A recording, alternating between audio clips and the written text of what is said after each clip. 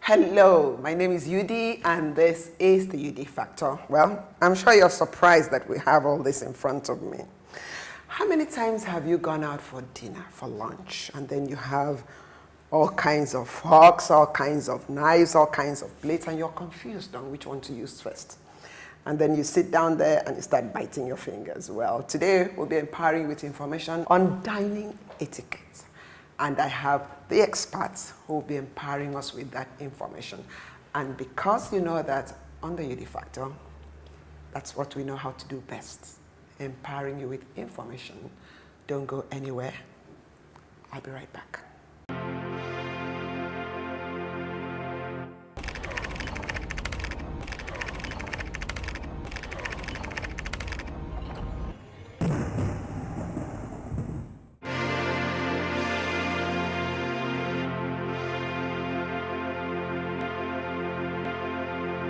You're welcome back. I have with me Yvonne Ebi, the Senior Consultant Etiquette Place, once again to empower us with information on etiquette. Yvonne? It's nice to see you again. Same here. Thank you again for coming to empower us with information. All right. Today we'll be talking about dining etiquette. Yes, we will. Even myself, I'm confused. So why is dining etiquette so important? These days, Yes. lots of things happen over the table. Yes. You sign, deals, you close deals. So people go for lunch dates, not just to eat and have something in your stomach. It's because you also want to have a conversation with people. So you must just know the social part of it. You must understand why eating right is correct. People judge you by two things: how you eat and how you use the bathroom. Okay. I don't care where you've schooled or how exposed you think you are. People are watching you and drawing conclusions based on these things. Yes. So imagine you went to Harvard, for example, Yes. or Oxford, or one of the best schools, and then you want to use the bathroom in the office, and you take everything off. You have everything goes off your trousers, and people are watching your clothes under the door of the bathroom, Yes. and you spend a long time there. By the time you come out, nobody else can go in. That's the bathroom.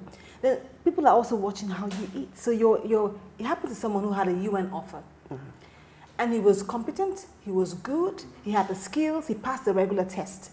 The last test was a lunch date, and that's where he blew it. He put salt in the food before tasting it. Yes. And maybe he was nervous. Maybe he just didn't know what to do. Maybe he was just afraid or didn't know. He was just nervous. But that was one thing that just disqualified him. He may have been very good for the post, but the conclusion was he would very likely draw conclusions without gathering enough facts. Based on that assumption, he got disqualified for that job. So you want to ensure that you know what to do, because people are drawing conclusions based on how you carry yourself and compose yourself in the dining. Very important. Okay. Yes. So now we are sitting on the dining table with all this. Let's start with how do we sit? Some sit this way. Right. Some sit this way. The basic rule so is, how do we start? Let's start. How do you right. sit? The basic rule is you sit down comfortably. Okay. Near enough. You can't sit down too far. Okay. You can't sit down too close. You can't hog the table because of whatever reasons. You can't sit down too close as well. You sit down just near enough, comfortable. But the rule of etiquette is always be considerate of others. So you can't sit down and then I'm forever hitting your shoes. By the way, you're very pretty shoes. Thank you. Thank you. So, and because you also want to enjoy the meal. Yes. You want to enjoy the complete package, networking, to get a good meal with other people. It's all part of what we're doing, during lunch or during a dinner or lunch date. So you want to ensure that you sit comfortably. Okay. Put your feet under the table. Usually, dining tables are usually quite comfortable, have enough space, yes. are quite spacious. So dress with that in mind. You don't dress in the way that, you have your headgear all, pointing everywhere, and then you have this very bogus thing, and people have to give you two spaces for one because of how you dress. So you must have that in mind. I'm going for a dinner date. If need be, ask the host if there's a sort of a code. Is there a dress code? Yes. And if we call the restaurant as well, is there a particular way we just find out how was the most appropriate way to appear for that. So you don't look like, different and odd or funny or silly, without meaning to. So Sit down without put it under the table and be comfortable. Okay. Be comfortable. Don't cross your legs. You won't have space for that. You won't. Probably won't have space for that. Okay. Okay, now we're sitting properly, comfortably, right? Yes. So where do we start from? You start with a napkin. And you open the napkin, you put the napkin on your lap and open it on your lap. You don't do things like, Okay. So most people do right. Okay, so you don't do this. You just put it on your laps and then open it from there. Okay. Never put the napkin here. It's not a beep. You're not a child. You're an adult. So put it on your lap. Okay. Don't use the napkin to clean your nose. Not to clean your eyes or to blow your nose. These are all such gross things people do on the dining table. It's not a handkerchief. You have a handkerchief probably in your bag. You can mop your face and all that. It's not the one I use. I'm like, oh Lord, what a hard day. And you clean from. I see all sorts of things. So you put the napkin open the napkin. Once you put it on your lap, and you start from there. And typically, you only put your hand on the table when you're eating. Okay. You don't do that. Okay. You don't do this. If there are no utensils involved, if you're done with eating, you won't have a discussion. It's different. Of course, you can do but once there are utensils involved, you don't put your elbow, and you don't draw. It's even looking very odd. I'm sure you will feel odd if you did that. So you put the napkin first and foremost, and then if you're in an invited setting, you watch the host.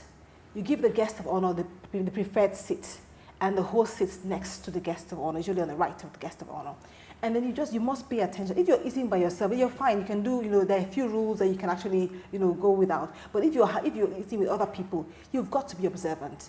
And you also must watch what's happening. You can just come there like, hunger wants to kill me, please, I beg. No, you watch. So the seat, and then you take a cue from her or from him, and whatever he does is one of you. So he puts the napkin on the table, you just wait. And then she commissions the meal, or like this, can we start? You might want to begin with a grace or something, a short prayer if you need to, and then you start eating. If you don't know what to do, just watch. But don't watch like, pretend if you must. Subtly watch what's happening. So you have your plate in front of you. Typically in most restaurants these days, you have the first course. You have like a 3-course minimum, like a 3-course meal. You have your appetizer, which could be soup or bread.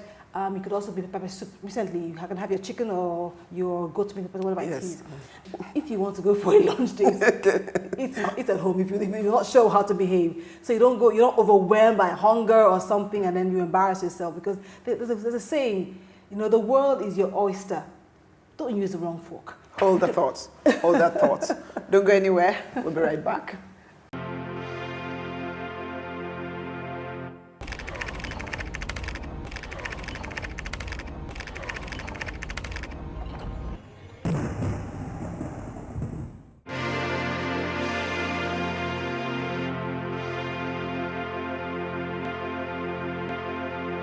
You're welcome back. I'm sure so far you've learned 1 or 2 things. You don't do your napkin like this.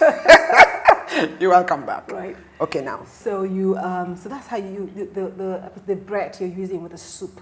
You just take the bits you need, and then it has to be done in the way that people who are watching you or who are eating at the same time you don't get offended. That some things can offend them, the way you eat.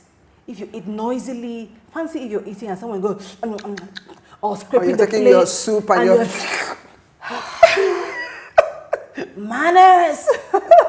So if it is hot, don't blow and don't slurp. You must create some sort of strategy that will not, put you in the wrong... You must constantly put your So you don't take your soup and then you do... First of all, you don't even go the food goes to you. Okay, so you don't go to the food. So you take your soup. It's very funny if you go that way around. People are watching. And at that point, the soup goes to you. You get a soup spoon, and then and then the way you do it is the way you don't have to push it that way. I wasn't like, so what's happening there? You eating? I don't have to. I don't. Okay. You did it in a very. You must eat quietly. You just must learn how to eat quietly. Okay. So perhaps once in a week, if you're watching, once in a week at home, you can just make your family have something, some formal setting that would encourage them. My parents did that. To use the cutlery set, to use the proper settings, so they can get used to it. If they go out there, they will not embarrass you. Okay. So take your soup spoon and you take it away from it. You scoop it that way. So you're giving it time to drop. Okay, see? you take it away from the it. edge. You're giving it time to drop, and then it goes into your mouth. Okay. Don't never get to a formal setting too hungry, because you may not be in control. You may not be in charge. So you do it that way, and then don't no matter how nice that soup is, don't fall into the temptation of tilting the plates and thinking, because sometimes it can be too sweet and you want the last drop, so you just go. even when you're drinking, Yes. you don't also take it in the way that, you know how you're drinking something and like, guy, that thing is done. That liquid content is finished. You're drinking as if, you want all the dregs, it's a recession, so you want to be sure that nothing gets wasted. So you're done with that, and then So you're done with your soup. So typically you use the cutlery from outside in. From outside in. Did you hear that? You used your cutlery from outside in. You remember that policy would help Yes. you. So we have a salad fork here, we have a dinner fork here. This was a soup spoon we just used that was here. Yes. So while you're doing, so you're done with the first course. I said you had your bread. Remember, you didn't have to use a knife to cut it. Yes. You just opened it. You put a bit of butter in it, and just have a bite size. So you don't eat in a way that your mouth is so full. You can have a conversation. You're doing. God help you if you choke. Everything just comes out on the table. So you have to be conscious of the fact that you don't want to offend people. You don't want to be offensive while you're eating. You must enjoy your company. If you're having a lunch date, for example, and it's supposed to be over a meeting over lunch, you will speak. So you can't be so engrossed with the food, you can't even have a conversation. So you must be careful about those sorts of things. And then when you want to start the main meal. So you take this off, so now we're done with this. Done with this one. Let's put it here. Okay. So you want to have the main meal. You've got to learn how to use a cutlery. I see all sorts of things, and I see like. So what's the proper way? Okay, this is the salad spoon where you have finished with your salad, and then this is your main course. That's a dinner fork. So you hold it, index finger. You put the index finger about an inch from it. Same with this one as well. You put the tines down. You put the and it doesn't. That's not how you're going to hold. You're going about an inch or two from the plate. And then you just cut the size you require. Don't chop all the entire yam into bits of pieces. You're not a child. Don't do that. Just chop. No, just chop the part you need, 1 or 2, and then you're eating. If the chicken has made up his mind not to be cut that day, leave it. Because it tried to cut it, it jumps off your plate onto someone's plate. It will be funny. This is supposed to be a well-dressed, thought about lotto. And then if you're not using it, I remember going to a restaurant when I was really, really small, maybe like 4 or so, and I didn't know all the rules by then. So I was eating, and then I probably put my cutlery together, which probably means that you're done. And they picked up. I'm like, no, I'm not done. Bring my plate back. So even if they don't speak your language, the cutlery on the table. The symbols you use, the signals you use as well, give a kind of signal to the waiters to know what to do, so they can tell without asking. Okay. Just for instance, you're in China, you can't speak a word of Chinese. Mm-hmm. You can tell without asking that this person is done, or she's still not. So you put it in kind of like a V. Okay. If you're not done, and if you need to excuse yourself, don't tell us stuff like, I've had a horrible tummy upset. I've been to the bathroom 6 times in the last 2 hours. We're eating. Spare us the details. Just put your napkin. Just say, I'd like to be excused. And just go and come back. If for any reason, for example, you have to cough, you just have that problem, you should really have a handkerchief close by. But if for whatever reason you really don't have any, you can go ahead and just, maybe you have to sneeze and you didn't plan for it, you can cover it with a napkin, but it's only an exception. You should be prepared for such things. And then, so you have your eating, and then you're having a conversation. We shouldn't see the masticated food. So he was no. So you eat it in bite sizes and swallow it quickly and speak. And if for whatever reason you take a cup of something, tea or coffee or whatever it is, and it is too hot, don't take a big gulp if you're not sure of the temperature. Don't just go, gosh, thank God I saved my tongue, Don't, just take a sip. If it's too hot, take a glass of water. It will help. The panache story and the poise story is hard work. Really hard It's work. painful work, Yes. but it's worth it. It opens amazing doors for you. People are watching you. They can tell how exposed you are based on how you use, So how you say if you have not finished, you keep it absolutely. When you're like done, a V. it goes. When you're done, it it goes goes into- together. We have this discussion of people asking, how do I manage African foods? We are African. And we need to use our... The rule is, don't ignore a set table. In your house, don't even sit on a chair. Sit on the floor. Wash your hands. Spread your legs. Put it in the calabash if you need to. Then pick your teeth. There's no problem. But when you're eating in public. You've got to learn to be considerate of other people. People are going to get disgusted, unknown to you. So in your, I want to be free, I want to be African, you might stop people from enjoying their own space, their own freedom. So why don't you just be cautious? You can do as you please at home, but when you're having a formal setting, a lunch date, you've got to be ready to compromise and sacrifice so everyone is happy and everyone is good. So your water is, your liquid is usually on the right. Yes. You take your liquid on the right, and you don't just grab it from, grab it from there, Oh! People are watching you. You have to behave properly. And what's the pattern to hold a stem glass? So like if it's a wine glass, yes. this is what the hotel gave us as the water glass. Yes, water glass. This is a white wine glass. You can hold it at the stem. Okay. But if it's a red, we may hold it, at the global if you want to for a red wine glass. But for a white wine, you hold the stem. You hold the stem. And for the red wine glass, you hold. You might hold there if you want. Hold that thought. Right. Hold that thought. Don't go anywhere. We'll be right back.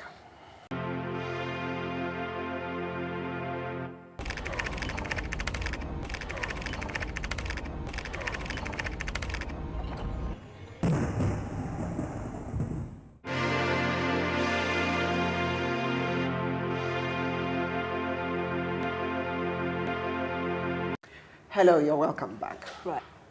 Now, if you're given a stem glass like this for water, how do you hold that? You actually have the option of doing holding either at the stem, or closer to the globe, but never hold it across. Never hold it like this? Never hold it across it, never hold it. You can hold it from the stem, you can hold it, particularly if you have to pass something. So you're passing stuff to your rights. And then if someone says, for example, may I have the salt? And then it occurs to you that, oh yes, true, I've been thinking about salt all along. It's rude to put it first in your, pass it along first of all. When it come comes back, it'll come back to you. Next time, try and remember early enough to, but if someone makes that request, don't think, oh yes, I was thinking of something and now I realized I needed some salt. No, just pass it on. You've got to remember this because, you must make the entire session interesting, polite, consider. Don't make it look like people just came there to eat, and then don't pick your teeth in public. It's rude. Nigerians sometimes will take. People do this. It's even worse. you eat quietly, and you pick your teeth in private. It's really not nice to do that. What if a tendon comes out and just goes on your cheek? That's really not nice. So you want to ensure that everyone around you is also enjoying the meal. Don't be rude. There's a book that says, "Don't take the last donut." So at the table, you don't think you're the only person there. You're taking. Do you want some more? By the way, when it comes to wrong, if you don't want it, not like, what is this self? Gosh, this is a formal setting. If you don't like it, just pass. Hold yourself. Compose yourself. Don't think you must let us know. Where I come from, we don't really like this. We don't take. Listen, keep your thoughts. So you want to be sure that you carry everyone along as you're eating, and you enjoy the company of people who brought you along, and you have a conversation without having to be rude or impolite, or arrogant about it, and never let people see, that that whole thing, people do it so much. I see people put their finger in and pull out something and then and then you put your hand in because something is not coming out properly and you bring it right out. Lick it. Lick your finger. Finger, no. Finger foods, yes, you can do that. So you want to bring out something from your mouth, for example. You bring it out with the same cutlery you put it in. So you took something in with a fork, for example, and it's messing. So you want to bring out the meat with bone or something, you bring it out the same and put it on the side of the plate. Don't put stuff on the mat. I see that I love people eating in public and they put the bones, like this is a bone, like just put it on the side. It's your bone, it's your plate, that's how the plate there. And keep it. It has to still look neat. You shouldn't finish eating and everything is just scattered, you know, there's everything here. Just put them all together, put the things together, and put the cutlery together. And carry on with what you're eating. And then if you're heavily made up, for example, they want to have a drink, and you want to use a serviette to just like dab a bit before, or dab your lips a bit before, so it doesn't have the whole story of exactly how you made up on the glass and all that sort of stuff. You want to be sure that those things are in place. So that people see you, and from eating, they can tell how far they perceive you have gone. It may not be the truth, but by the way you converse during meals, somebody else they're going to sign up something for him, and they wanted him to be some manager for a region, for multinational. It was good, but when they met him, it was with a toothpick at the door. So he knows the job, technical skills are intact, but he doesn't understand how to represent the brand. How to be an ambassador, a global ambassador. Why would you wait so long to learn the basic rules of eating? So your napkin is in place, your feet are nicely tucked away, and then you're having a conversation, but not when you have food in your mouth. Most of the time, we eat with one fork. Absolutely, yeah. Some places actually allow you to just use your knife temporarily. Like the Americans, they do it. Americans do a lot of things crazy. That's true. That's very true. It's convenient. Very convenient. Everybody does that. But while you're still doing that, your hand either stays just on the table or on your lap, but not your elbow. No, absolutely wrong. So liquids on the right, you're eating your food. You're careful about showing us whether you're done. Or whether you're done. You're careful about how you hold the white wine stem. You're careful about how you pass things at the table. You're careful about how loud your eating is. So you just must remember you must eat quietly. And the food goes to you. You don't go to the food. And then you must remember, do you leave anything behind if the food is too sweet and you decide to eat everything in the plate? Is there any harm to that? No, but we mustn't hear you doing that. It's not nice. Because you have made a vow that you will not waste your entire life. One grain of rice. A bag of rice, by the way, here is so high today, so you want to be sure. You've got to be careful about that. So don't forget your appetizer, your bread, you don't use a knife to cut it. You chop it up with the amount you can bite size. Put the butter in it and eat it, but with your mouth shut, you're eating quietly. And then when you finish eating, what do you do with the napkin? You put the napkin, don't fold it back. Don't fold it back, okay. On the table. Don't fold it back. Okay. Now, if you need to leave the table for whatever reasons, put the napkin on the chair, soiled side up. If for whatever reasons you saw someone next to you, don't go, have you ever had that experience? Someone messed you up and tried to undo it, right? Yes. And he's coming to say, Madam, I'm like, hey, one thing is bad enough. Just offer, your apologies. In other settings, you can actually offer to dry clean if you need to, but here, offer your apologies. Don't over, just over. I apologize. It was entirely a mistake. I persevere. Don't now offer to clean it off. Don't do that. Just allow the person to do the best thing by himself. And then the host must arrange for the bill to be brought to him. It's funny when you have guests and the waiter brings the bill to one of your guests. And the guest is wondering, am I supposed to pick this bill? Yeah. Right, so you must arrange with the restaurant, I'm the one picking the bill, bring the bill to me. Some will still forget and take it to your guest. Just nicely ask the guest to please pass it over to you, and then you can deal with whether you want to give a tip or something, just quietly. You shouldn't also say, the dollar has finished us, so look at this amount of money you have to pay. Most people will say this is elitist. And most people will say, well, I'll never go for dinner or for lunch. So what do you say to those kinds of people? This whole dining etiquette is linked to how professional you are. people just unconsciously associate you with, good manners, to professional. You must be professional if you know how to eat properly. If you don't know how to eat properly and you have that dream to progress your career, you just must learn it. I don't know where else you want to eat, but you have to learn how, because people are closing deals, even career deals, on the table. So you just must know what to do when you get to the table. You can't go there and you just, you're slouching and you're spreading your legs carelessly and you're playing with your phone. One more thing, the phone. Put your phone off or on silent. It's rude to check the internet, or you're doing your Facebook or WhatsApping while you're having a formal dinner. It's not acceptable, it's rude. So you must just know knowledge is power, and you're about people's information about what to do. You just must know how, even if you don't want to do it often, when you have to do it, how do you do it? You just must know what to do. It gives you confidence. You can't hide ignorance. If you don't know it, it's going to show. So you just at least must have that information. You have dinners everywhere. People are doing deals, closing deals over dinner, over lunch, are having meetings over, you're having business meetings over lunch. So how do you compose yourself? What do you do? You can't go there thinking this is now it's like a scarf. You now carry it and tie it because I don't care about it. I'm African. I can go to mama. But no, you have to just know knowledge is still power. Stop flaunting ignorance. It doesn't help you. So know what to do. Be prepared. Be equipped for it. At home, you can do as you please. But once in a while, once in a week or fortnightly, gather your family on the table and just practice how to eat in a formal setting. It will help you. And then finally, in the beginning you said you have to wait for the host to commission. Right. So how do you rise from the table? Typically after having, the formal, the lunch, the host will lead you to the dessert spot where you can have, but at that point you're eating, you're freer, you're more flexible. And then if you're done and you must go, just show a sign. But you must let her know you have to leave for whatever reasons, and then you're gone. You don't have to stay till the end if you don't want to. But if you've planned to all be together for a session after lunch, then you just must be there as planned. Thank you very much, Yvonne. Viewers, thank you for your time. You've been empowered with information today. Like she said, well, knowledge is power, which I always say on this program.